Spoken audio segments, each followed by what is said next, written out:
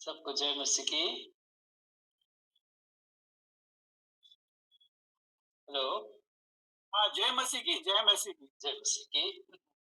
प्रभु का बड़ा धन्यवाद करते हैं कि ये मौका प्रभु ने हमको दिया कि हम थोड़े समय के लिए प्रभु के वचन को पढ़ें और उसका अध्ययन भी करें। आज से 37 ईयर्स अगो 37 साल पहले कोल्हापुर आने का मौका मिला था और 37 साल के बाद फिर एक बार आज आपके बीच में आने का मौका मिला। यद्यपि पर्सनली फिजिकली तो नहीं, लेकिन आत्मिक रूप से हम सब प्रभु यीशु के नाम में एक हो सके, इसलिए प्रभु का धन्यवाद हो। और हम आज शाम के लिए जब जवानों के रूप में इकट्ठा हुए हैं, तो ये जो जवान प्रभु के हैं वे सचमुच मंडली का धन है और परमेश्वर की दृष्टि में वो बहुत ही बहुमूल्य है। और जवानों के साथ बात करना बहुत ही अच्छा भी लगता है, चैलेंजिंग भी है। और मैं ये भी विश्वास करता हूँ जवानी के जीवन में जवानों को चैलेंजेस लेने के लिए बहुत ही इच्छा भी होती है और वो हिम्मत से भरे हुए रहते हैं, ताकि प्रभु की इच्छा को जानकर वो पूरा भी करते हैं। सो जवान के जीवन जो जीवन में सबसे श्रेष्ठ समय है, उसमें सबसे श्रेष्ठ परमेश्वर का वचन बाइबल हमको दिया गया है और सबसे श्रेष्ठ विषय हमारा प्रभु यीशु है। उसके बारे में हम बात करें और उसकी इच्छा के अनुसार हम बने। सो ये मौका जो प्रभु ने दिया, इसलिए प्रभु का धन्यवाद देता हूँ। हम पुराने नियम से एक वचन पढ़ेंगे, भजन उसका 147 अध्याय, Psalm 147, और मैं पढ़ूंगा उसका 4 वचन।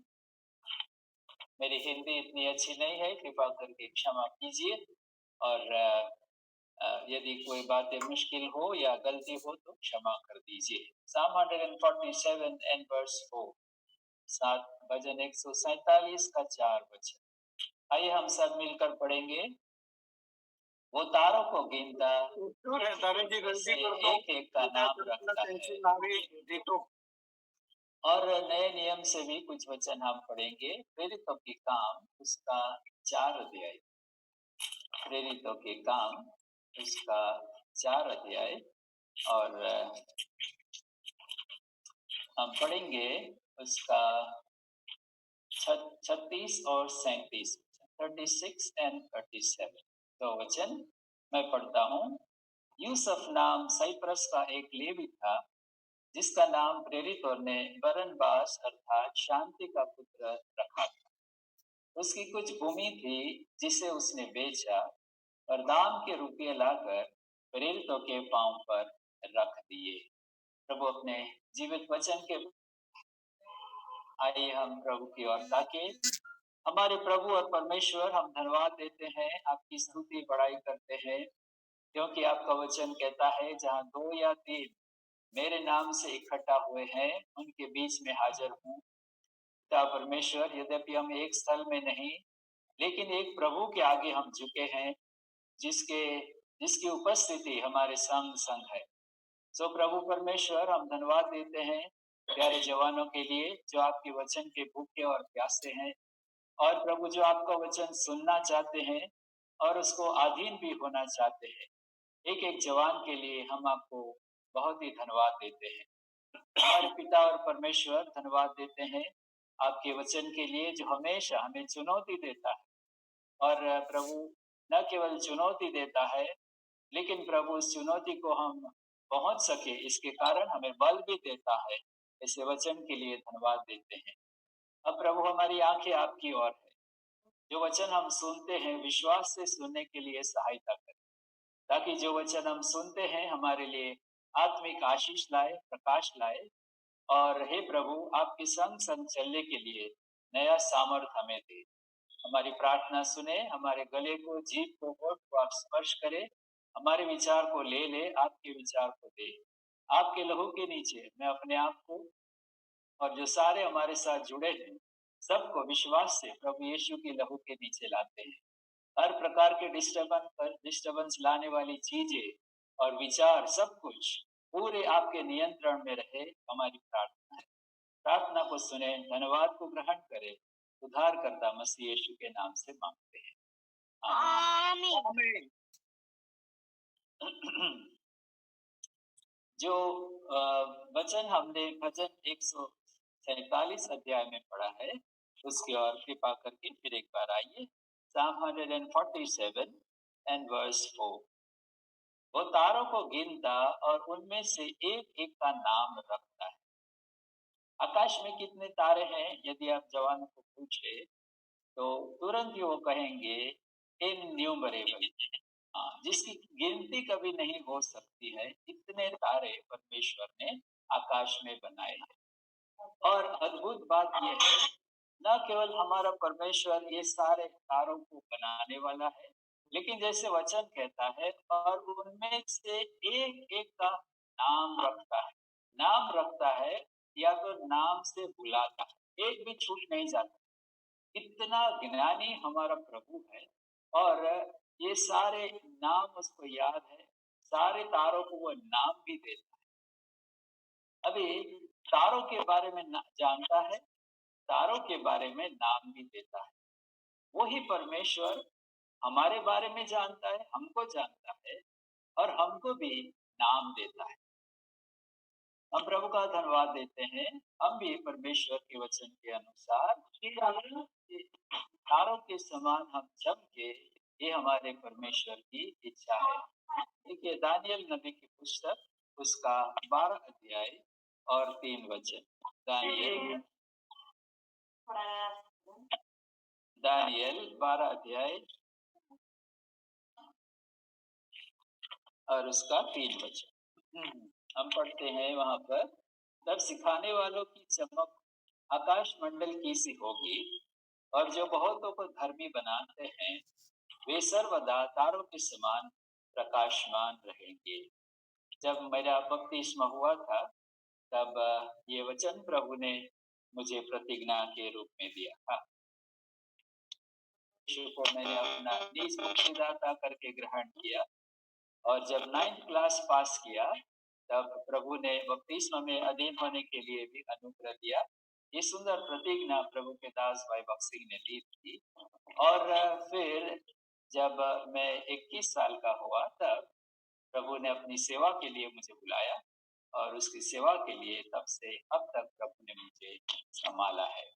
अब हमारे परमेश्वर की इच्छा है कि जो उसके संत है या जो उसके ऊपर विश्वास करने वाले हैं, तारों के समान हमेशा हमेशा के लिए चमके।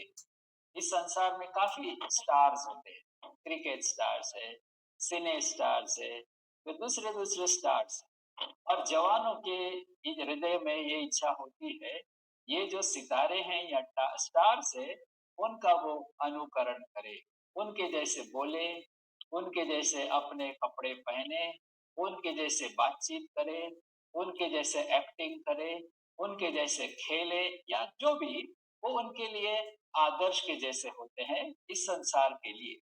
लेकिन प्रभु ने हमारे लिए अपने वचन में ऐसे स्टार्स रखे हैं, ऐसे सितारे रखे हैं जिनको देखकर हम भी हमारे जीवनों को उनके अनुसार बनाए और सदा सर्वदा परमेश्वर के राज में सितारों के समान हम चमकते रहे।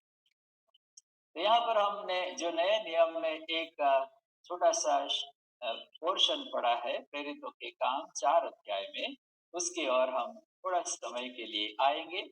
ये एक सितारा है जो प्रभु के वचन में बहुत ही ब्राइटली चमकता है और उसका नाम हमने जैसे देखा बरनबास। तो मैं बारनबास ही बोलूंगा, तो आप उसको बरनबास करके हिंदी में समझ लीजिए, ठीक है।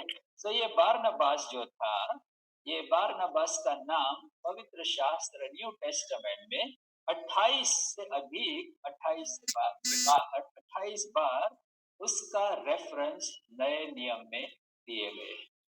तो वो कोई छिपा कर रखने वाली ऐसा पात्र नहीं था। परमेश्वर ने अपने आत्मा के द्वारा इस मनुष्य का नाम अपने वचन में 28 बार उसका जिक्र किया। जो एक ब्राइट स्टार के समान, सितारे के समान वह नए नियम में चमकता है। और हम उसके जीवन से कुछ बातें सीखना चाहते हैं। और वो भी जवान था, और इसलिए हम भी जवान, कैसे हम भी ये सितारे के समान परमेश्वर के राज में, इस संसार में और आने वाले संसार में हम भी प्रकाशित सितारे के समान चमक सकें। इसलिए थोड़ी सी बातें हम ये बरनबास के जीवन से देखना चाहते हैं। ये बरनबास कहाँ का रहने वाला था? देखिए 36 वचन में हम पढ़ते हैं, यूसुफ नाम साइप्रस का एक लेवी था, जिसका नाम प्रेरितों ने बरनबास अर्थात शांति का पुत्र रखा था। वो कहाँ का रहने वाला था? वो रहने वाला था साइप्रस। साइप्रस वो एक मिडिल ईस्ट कंट्री है, और वहां पर जो लोग थे उस समय में, जो वीनस देवी है, वो वीनस, या तो हम उसको बोलते हैं शुक्र, ये शुक्रवार बोलते हैं ना, हाँ, वो उसका, वो शुक्र के भजन करने वाले वहां के रहने वाले लोग। और उनके आज भी उनका जो साइप्रियन करके बुलाते हैं, उसका मतलब ये है कि वो जो अशुद्ध लोग हैं उनको दूसरा नाम दिए तो साइप्रियन उनको बोलते हैं। सो वहाँ के लोगों का जीवन बहुत ही ऐसे अशुद्ध जीवन जीने वाले लोग थे। लेकिन उनमें से प्रभु ने ये एक जन यूसुफ को, उसने, परमेश्वर ने चुन लिया, और चुन करके उसके अशुद्ध जीवन से निकाल कर उसको शुद्ध और पवित्र जीवन दे करके प्रभु ने ये यूसुफ को अपनी महिमा के लिए चुन लिया। देखो, प्रभु जिसको चुनता है और जिसके जीवन में प्रभु काम करना शुरू करता है, उसके जीवन को प्रभु बहुत ही बहुमूल्य बना देता है। हमेशा प्रभु यीशु जिसके जीवन में आता है, उसके जीवन में कभी गिरावट नहीं लाता है।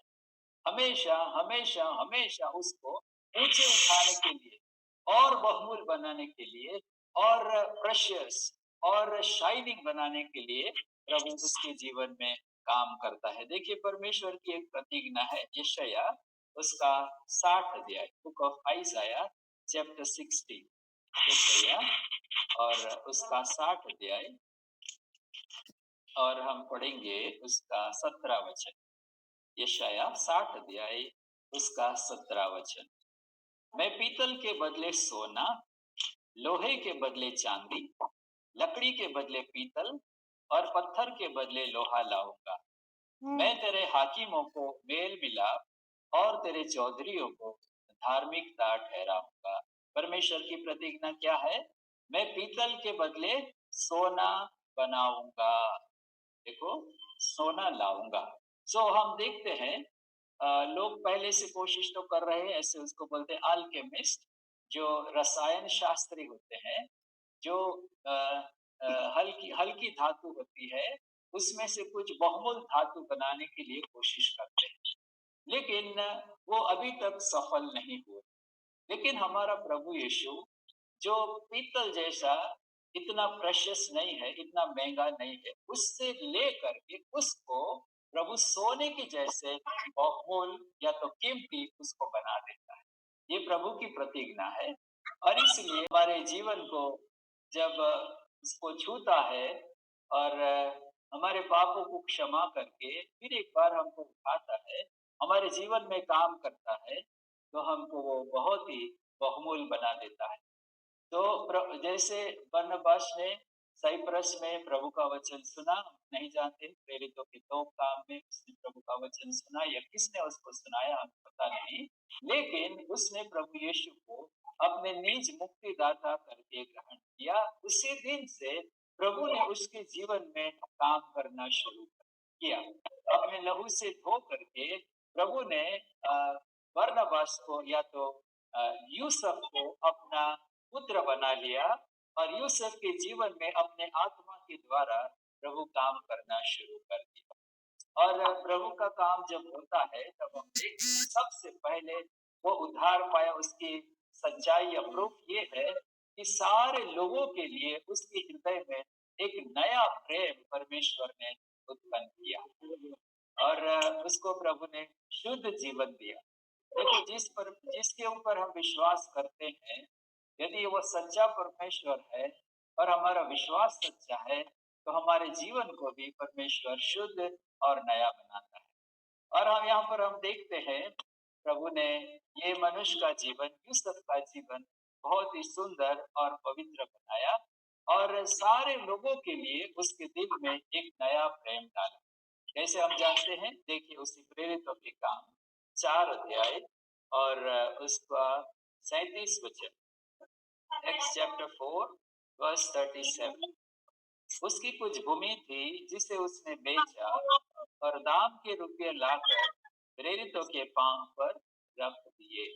यहाँ पर हम पढ़ते हैं कि उसकी जो भूमि थी उसने बेच डाली और बेच करके प्रेरितों के पांव के आगे वो पैसा लाके रख दिया।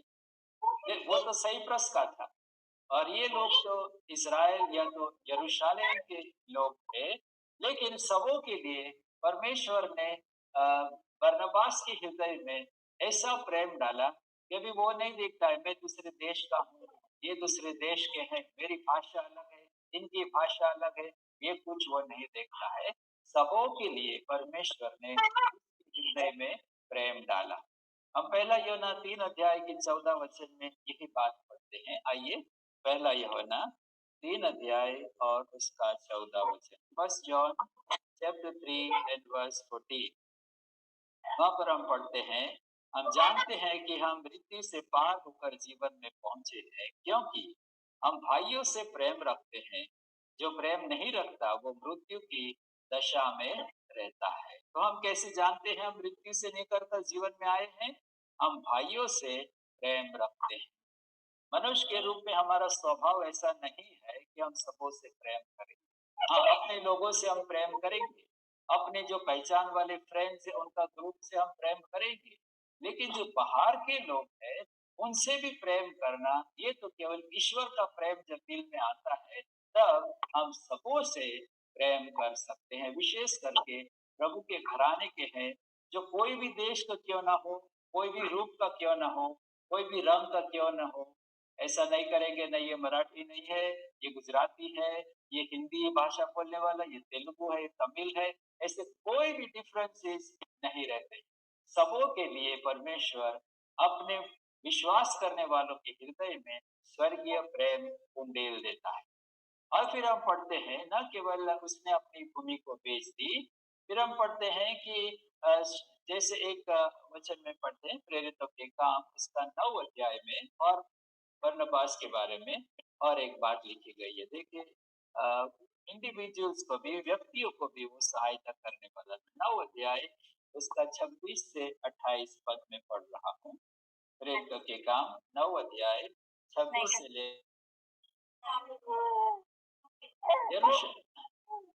यरूशलेम में पहुंचकर, अरे बहुत डिस्टर्बेंस कर रहे हैं छोटे बच्चे। यरूशलेम में पहुंचकर उसने चेलों को साथ मिल जाने का प्रयत्न किया, परंतु सब उससे डरते थे क्योंकि उनको विश्वास न होता था कि वो भी चेला है। परंतु बरनबास ने उसे अपने साथ प्रेरितों के पास ले जाकर उनको बताया कि इसने किस रीति से मार्ग में प्रभु को देखा और उसने इससे बातें की। फिर दमिश्क में इसने कैसे हियाव से यीशु के नाम से प्रचार किया। वो उनके साथ यरूशलेम में आता जाता रहा। यहाँ पर हम पढ़ते हैं बरनबास की अद्भुत सेवकाई। कैसे न केवल सारे लोगों के लिए उसने प्रेम दिखाया, यहाँ पर एक न्यू कन्वर्ट है जो जिससे दूसरे लोग डरते थे और इसने प्रभु के घर में, ये जो शाऊल था, परमेश्वर के लोगों के ऊपर काफी अत्याचार किया, उनको मारा था। सारी बातें होने के कारण लोग उससे डरते थे, लेकिन ऐसे समय में एक बिचवाई का काम बरनबास करता है और बिचवाई का काम करके शाऊल को प्रेरितों के पास ला करके उनकी पहचान करवाता है, उनसे मेल मिलाप करवाता है और बताता है कैसे प्रभु ने उसके जीवन को बदला। बरनबास ने शाऊल को मिला होगा, पूछा होगा, भाई शाऊल आप कैसे प्रभु के पास आए? शाऊल ने अपनी गवाही बताई होगी और फिर कैसे उसने प्रचार किया, ये सब कुछ बरनबास ने अच्छी तरह से सुन करके उसके हृदय में भी ये पूरी निश्चयता थी, ये मनुष्य प्रभु का चुना हुआ है। और इसके कारण बरनबास शाऊल को प्रेरितों के पास लेके पहुंचे। तो हम देखते हैं सचमुच में कैसे ये शांति का पुत्र दूसरे लोगों के हृदय में भी शांति और आनंद लाता है। और उतना ही नहीं, जब नए विश्वासी की सहायता की बात आई, तब उन्होंने बरनबास को भेजा था। देखिए प्रेरितों के काम उसका 11 अध्याय में आइए। प्रेरितों के काम 11 अध्याय 23 और 24 वचन। Acts chapter 11 versus 23 and 24। वो वहां पहुंचकर, वो अर्थात बरनबास वहां पहुंचकर और परमेश्वर के अनुग्रह को देखकर आनंदित हुआ और सबको उपदेश दिया कि तन मन लगाकर प्रभु से लिपटे रहो। वो एक भला मनुष्य था और पवित्र आत्मा और विश्वास से परिपूर्ण था और अन्य बहुत से लोग प्रभु में आ मिले। तो नए विश्वासी जो थे उनको प्रेरित बरनबास जाके क्या कहता है, वहां पहुंचकर प्रभु का अनुग्रह देखकर आनंदित हुआ और क्या उपदेश दिया, तन मन लगाकर प्रभु से लिपटे रहो। देखो नए विश्वासी लोगों को भी कैसे वो एनकरेज करता था और एनकरेज करके प्रभु के पीछे पीछे वो चले, प्रभु से लिपटे रहे, उसके कारण उनको एनकरेज करता। ये सारी बातें हम देखते हैं, प्रभु ने उसके जीवन में जो काम किया, इतना सच्चा काम था, उसके कारण उसके जीवन में ये भारी बदलाव आया। सारे लोगों के लिए प्रेम, नए जो कन्वर्ट्स थे उनके लिए प्रेम, शाऊल के लिए प्रेम, सबों को सहायता करके उनको उठाने वाला ये अद्भुत प्रभु का जवान था। तो उसके बारे में प्रभु के वचन में जैसे मैंने बोल दिया 28 बार उसके नाम का जिक्र किया गया है।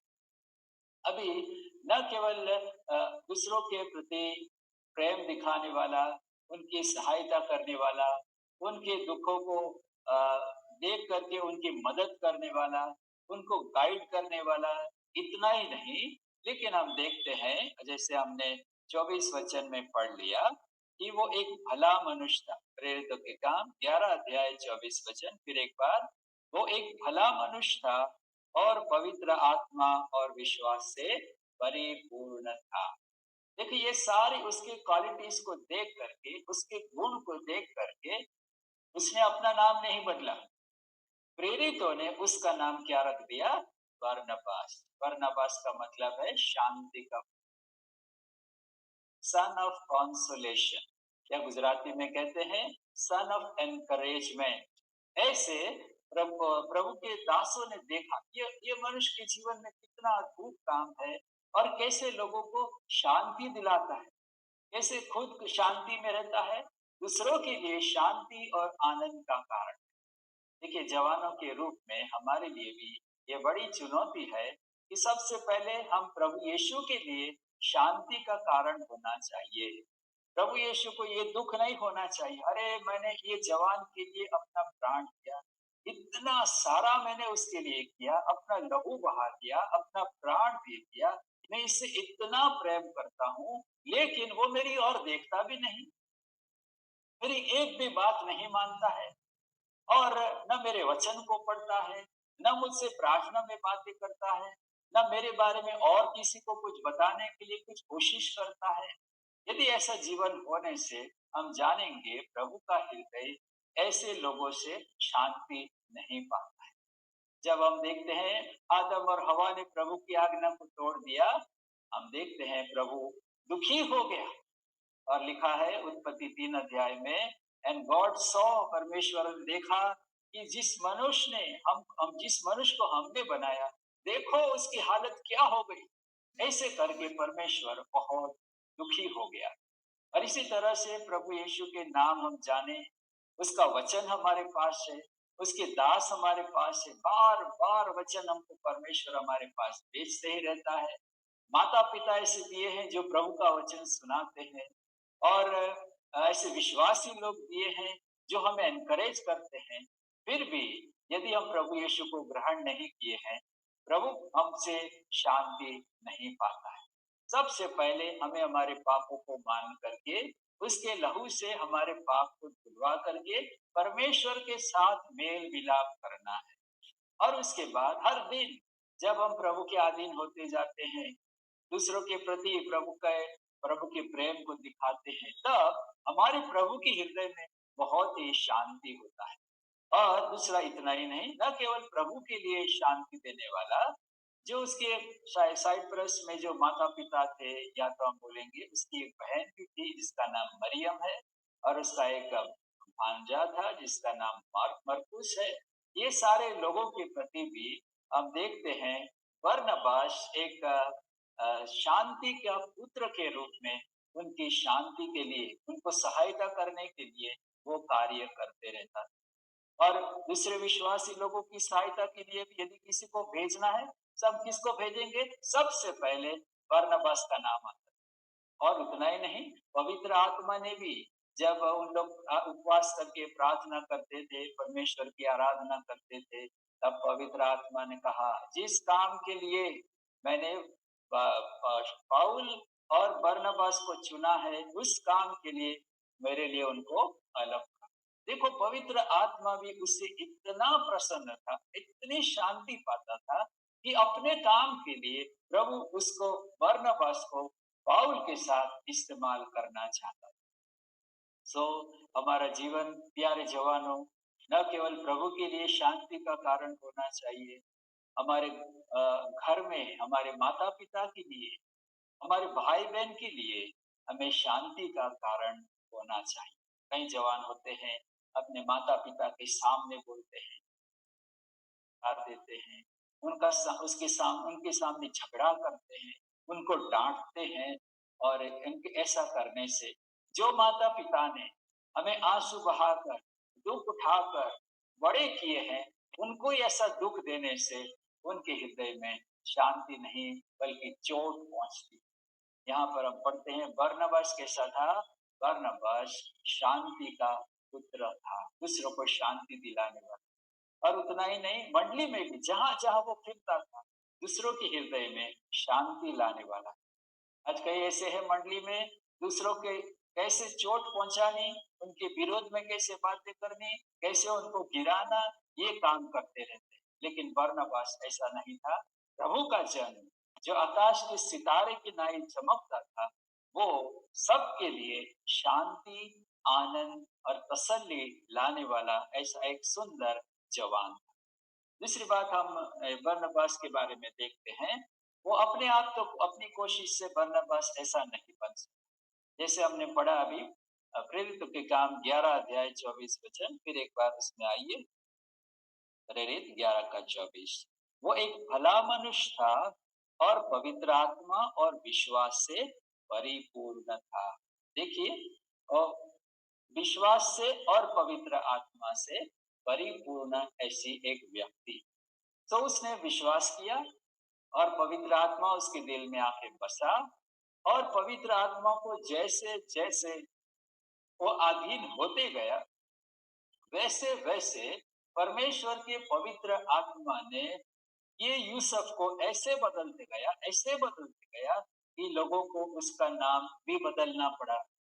भाई, इसका नाम यूसुफ अच्छा ही नाम है, मेरा नाम भी जोसेफ है, और लेकिन बोले नहीं, इसका नाम यूसुफ से और अधिक नाम हम देंगे, इसका नाम बरनबास हम दे देंगे। सबके लिए कितनी तसल्ली का कारण है, शांति का कारण। और फिर यहाँ पर हम पढ़ते हैं, इसके जीवन में पवित्र आत्मा और विश्वास से वो परिपूर्ण। दूसरे दूसरे शब्दों में हम कहे, पवित्र आत्मा और विश्वास से कंट्रोल में रहने वाला ये व्यक्ति था। अपनी इच्छा पूरी करके इधर भागना, उधर भागना, ये बोलना, वो बोलना, वो नहीं करता। इसके अधीनता में रहता था, पवित्र आत्मा की अधीनता। और पवित्र आत्मा की भरपूरी क्या है? पवित्र आत्मा से नियंत्रित रहना। और बरनबास यही काम करता था। प्रभु, आपने मेरे लिए अपना प्राण दिया, मेरे पापों को क्षमा किया, मेरे जीवन को आपने बदला, पवित्र आत्मा का वरदान मुझे दिया। अभी प्रभु, मेरी एक इच्छा है, जवान के रूप में मैं अपनी इच्छा को पूरी करना नहीं चाहता, लेकिन जैसे स्वर्ग में आपकी इच्छा पूरी होती है, इस संसार में मैं आपकी इच्छा पूरी करना चाहता हूँ। और हर दिन नए रूप से बरनबास, प्रभु मेरी आंखें आपको सौंपता हूँ, प्रभु मेरे कान आपको सौंपता हूँ, प्रभु मेरा मुंह आपके हाथ में सौंपता हूँ, मेरे हाथ, मेरे पांव, सब कुछ पवित्र आत्मा के अधीनता में, वश में मैं लाता हूँ। और इसलिए लिखा गया है, पवित्र आत्मा ने लिखवाया, लूका लिख, लिख तू ये बात को, मेरे अधीन रहने वाला ये एक मनुष्य बरनबास। और इसलिए लूका ने लिख दिया। लूका ने ऐसे ही नहीं लिख दिया, अपने दिमाग में कुछ विचार आया और लूका ने लिख दिया, ऐसी बात नहीं है। बाइबल शास्त्र में जो जो बात लिखी गई है, एकदम सच्ची बात, परखी हुई बातें हैं। और इसलिए परमेश्वर ने अपने आत्मा के द्वारा, लूका के द्वारा लिखवाया, लिखो लूका, ये एक मनुष्य है जो पवित्र आत्मा से और विश्वास से परिपूर्ण था। और ये अंत के दिनों में प्यारे जवानों, हमारे विश्वास की हमें रक्षा करनी होगी, क्योंकि बहुत से जवान हैं, आज हम देखते हैं अपने विश्वास को वो खो रहे हैं। संसार कई बार कहते हैं, अरे देखो तो हम तो प्रभु के पीछे चलते हैं, हमें ना हमारी नौकरी अच्छी है, न शादी होती है, न हमारी इच्छाओं पूरी होती है। ये जो दूसरे लोग न तो ईश्वर का प्रार्थना करते हैं, न प्रभु को पहचानते हैं, गंदा जीवन जीते हैं, कितने आबाद होते जाते हैं, हम पर कितना दुख, क्या फायदा प्रभु के पीछे चलने से, ऐसी बातें करते हैं। लेकिन प्रभु अपने डरवैयों को कभी भी छोड़ नहीं देता है। देखिए एक वचन हम देखना चाहेंगे, सबोपदेशक में आइए, बुक ऑफ एक्लेसियास्टिस, सबोपदेशक उसका 8 अध्याय, सबोपदेशक उसका 8 अध्याय, और हम पढ़ेंगे उसका 12 वचन। नीति वचन के बाद सबोपदेशक आता है, 8 अध्याय का 12 वचन।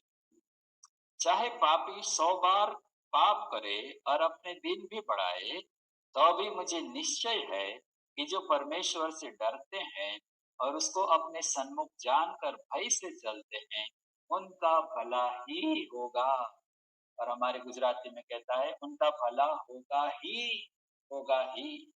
तो प्यारे जवानों, संसार के लोगों की थोड़ी प्रॉस्पेरिटी को देख करके अपने विश्वास को ना छोड़ देना। क्या हम परमेश्वर के हाथ से केवल अच्छी बातें स्वीकारें, थोड़ा सा दुख आ जाए, क्या उसको हम ग्रहण ना करें? और परमेश्वर हमें कभी नहीं छोड़ता, कभी नहीं छोड़ देता है, और ना हमें कभी त्यागता है, दिनों रात हमारी रक्षा करता है। हमें शांति दिए जो संसार के लोगों के पास नहीं, हमें स्वर्गीय आनंद दिए जो संसार के लोगों के पास नहीं, हमें महिमा की आशा दी है जो संसार के लोगों के पास नहीं है। ये सारे आशीष हम भूल जाते हैं और संसार की बातों की ओर नजर लगाकर प्रभु के ऊपर हम डाउट करने लगते हैं। थोड़ा सा दुख आ गया, प्रभु मुझे छोड़ दिया, ऐसे करके हम विश्वास के जीवन से हट जाते। लेकिन बरनबास ऐसा नहीं था, विश्वास से परिपूर्ण ऐसे वो एक जवान था। तो इन अंत के दिनों में प्रभु हमारे पास विश्वास चाहता है। विश्वास बहुत ही बहुमूल्य है जवानों, प्यारे जवानों, विश्वास बहुत ही बहुमूल्य है। उसको ठीक से पकड़ के रखो और उस विश्वास रखो परमेश्वर के। उसके मतलब क्या है? परमेश्वर की विश्वास योग्यता को थामे रहो। परमेश्वर नहीं बदलता, परमेश्वर कभी झूठ नहीं बोलता, उसके वचन कभी नहीं बदलते। इसलिए ये सच्चाई को थामे रहो, उसकी विश्वास योग्यता को थामे रहो। और आप देखेंगे, आप यदि विश्वास करोगे तो प्रभु का वचन कहता है, यदि तू विश्वास करेगा तो परमेश्वर की महिमा को देखेगा। और बाइबल भी प्रभु का वचन है। यदि हमारे पास समय होता तो हम देख लेते, 10 प्रूफ्स, 10 प्रूफ है जो बताती है बाइबल परमेश्वर का वचन है। और इतना ही नहीं, हम प्रभु ने कितनी प्रार्थनाओं का उत्तर हमें दिया है, तो कितने बार हम प्रभु का धन्यवाद नहीं दे सकते हैं क्योंकि हम विश्वास नहीं करते। और विश्वास नहीं होने के कारण दूसरों के आगे हम सुसमाचार भी नहीं प्रचार करते हैं, हम लजाते हैं वगैरह। तो विश्वास से परिपूर्ण ऐसे ये मनुष्य बरनबास था। और एक बात जो हमारे विश्वास को बढ़ाती है और विशेष बात यह है, प्रभु के वचन से हमें विश्वास मिलती है। देखिए, रोमियो की पत्री 10 अध्याय, रोमियो की पत्री उसका 10 अध्याय, और हम पढ़ेंगे उसका 17 वचन। Romans chapter 10 and verse 17। वहां पर हम पढ़ते हैं, अतः विश्वास सुनने से और सुनना मसीह के वचन से होता है। विश्वास कैसे होता है? विश्वास सुनने से होता है। क्या सुनने से? परमेश्वर के वचन को सुनने से। और इसलिए हम लोग इतने सारी कोशिश करते हैं कि प्रभु का वचन हमारे कानों में दिनों रात गीतता रहे। यदि आपके माता पिता है जो दिन रात फैमिली प्रेयर में आपको एनकरेज करते हैं, बहुत बात करो। यदि आपके माता पिता आपको कहते हैं बाइबल पढ़ो, प्रभु के घर में आओ, प्रभु का बहुत धन्यवाद करो ऐसे माता पिता के लिए। और प्रभु के दास जो आपको प्रभु का वचन सिखाते हैं, उनके लिए प्रभु का धन्यवाद दो, क्योंकि ये वचन देने के द्वारा हमारे विश्वास को बढ़ाते हैं। विश्वास के द्वारा हम शुद्ध जीवन जी सकते हैं। विश्वास के द्वारा हम परमेश्वर को प्रसन्न कर सकते हैं। विश्वास के द्वारा हम ऐसे काम कर सकते हैं जो परमेश्वर की इच्छा के अनुसार। बिना विश्वास के परमेश्वर को प्रसन्न करना ये अनहोना है, असंभव। और इसलिए परमेश्वर के वचन के साथ पढ़ो और परमेश्वर के वचन को सुनो और बताओ भी। जो प्लीज अपना क्वाइट टाइम लेने में, मेरे प्यारे जवान भाई, मेरे प्यारे जवान बहन, कितना भी पढ़ाई क्यों ना हो, कितना भी काम क्यों ना हो, सबसे पहले प्रभु के साथ सुबह में थोड़ा जल्दी उठकर एक कोने में जाकर प्रभु का वचन पढ़ो। प्रभु के वचन के साथ समय बिताओ। हरी अप मत करो, आज पढ़ना है पढ़ लिया, भागो अपने काम, ऐसा मत कीजिए। प्रभु परमेश्वर है, आपसे प्रेम करता है, वो हमारी जवानी का साथी है, और इसलिए उसको आपके साथ बात करने, एक वचन, एक शब्द आपके सारे डाउट्स को क्लियर करेगा, आपके सारे दुखों को उठाने। परमेश्वर का वचन आग की आग की जो ज्वाला है उसको भेद देता है। वचन 29 में हम पढ़ते हैं, आपकी जो दुख है, आपकी समस्या है, आपकी चिंता है, एक वचन परमेश्वर से आप प्राप्त करो, सारे हट जाएंगे। आप आनंदित, शांति और खुशी से पाओगे। इसलिए विश्वास के द्वारा ये सारी बातें आएगी, वचन के द्वारा विश्वास हम पाते हैं। सो प्लीज वचन के साथ आपका टाइम कम मत कर दीजिए। वचन को पढ़िए, सुबह पढ़िए, शाम पढ़िए, जब घर में है, जब जब आपको मौका मिलता है उसको पढ़िए, कंठस्थ कीजिए, उसके ऊपर सोचिए। आप देखोगे आपका जीवन शांति और आनंद से भर जाएगा, जैसे बरनबास का जीवन हुआ। और उसके बाद हम देखते हैं पवित्र आत्मा से भरपूर, परिपूर्ण ऐसा वो एक जवान था। पवित्र आत्मा को अधीन होते रहा, और उसके कारण पवित्र आत्मा उसको कंट्रोल करते गया। और उसका परिणाम ये हुआ, इतने उसके पास हिम्मत हुई प्रभु के लिए, अपने प्राण देने तक वो अपने सिर को दे दिया। देखो, परमेश्वर के आत्मा को जितना हम अधीन होते हैं, इतना आत्मिक बल हमें प्राप्त होता है। आज हम जवान लोग डरे हुए होते हैं, पाप से डरते हैं, शैतान से डरते हैं, दूसरों के प्रभु के पास लाने को बताने के लिए डरते हैं, डरपोक जवान हो गए। कारण क्या है? परमेश्वर के आत्मा को हम अधीन नहीं होते हैं। जितना अधीन होंगे उतना परमेश्वर का आत्मा, वो सामर्थ की आत्मा है, वो सामर्थ हमको देते जाएगा, बल देते जाएगा, हमारे जीवन को सामर्थी जीवन बनाएगा। सो याद रखिए, ये दूसरी बात, विश्वास से और पवित्र आत्मा से भरपूर। सबसे पहली बात हमने देखा, परमेश्वर ने उसके जीवन में आकर काम किया, इसलिए दूसरों को वो शांति दिलाने वाला, तसल्ली दिलाने वाला, मार्गदर्शन देने वाला, सारी बातों में सहायता करने वाला बना। और दूसरी बात हम देखते हैं, विश्वास से और पवित्र आत्मा से भरपूर ऐसी ये व्यक्ति था। और तीसरी बात हम देखते हैं, उसी प्रेरित के काम 4 अध्याय में, आइए फिर एक बार प्रेरितों के काम उसका 4 अध्याय, हम जल्दी से उसको हम वचन अभी बंद कर देंगे, टाइम हो रहा है। प्रेरितों के काम 4 अध्याय 36 वचन में हम पढ़ते और 37 वचन।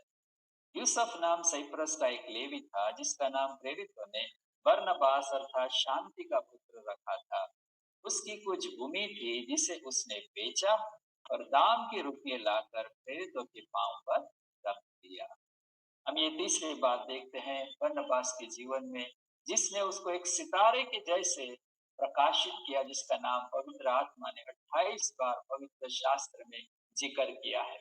तो हम देखते हैं उसने जो धन से पकड़ नहीं रखा, लूज होल्ड, प्रभु को देने के लिए अपने पैसों से वो प्रेम नहीं करता। दूसरी बात है, या तो हम कहेंगे दूसरे शब्दों में, पैसों से, रिचेस से वो कंट्रोल नहीं करवाया जाता था।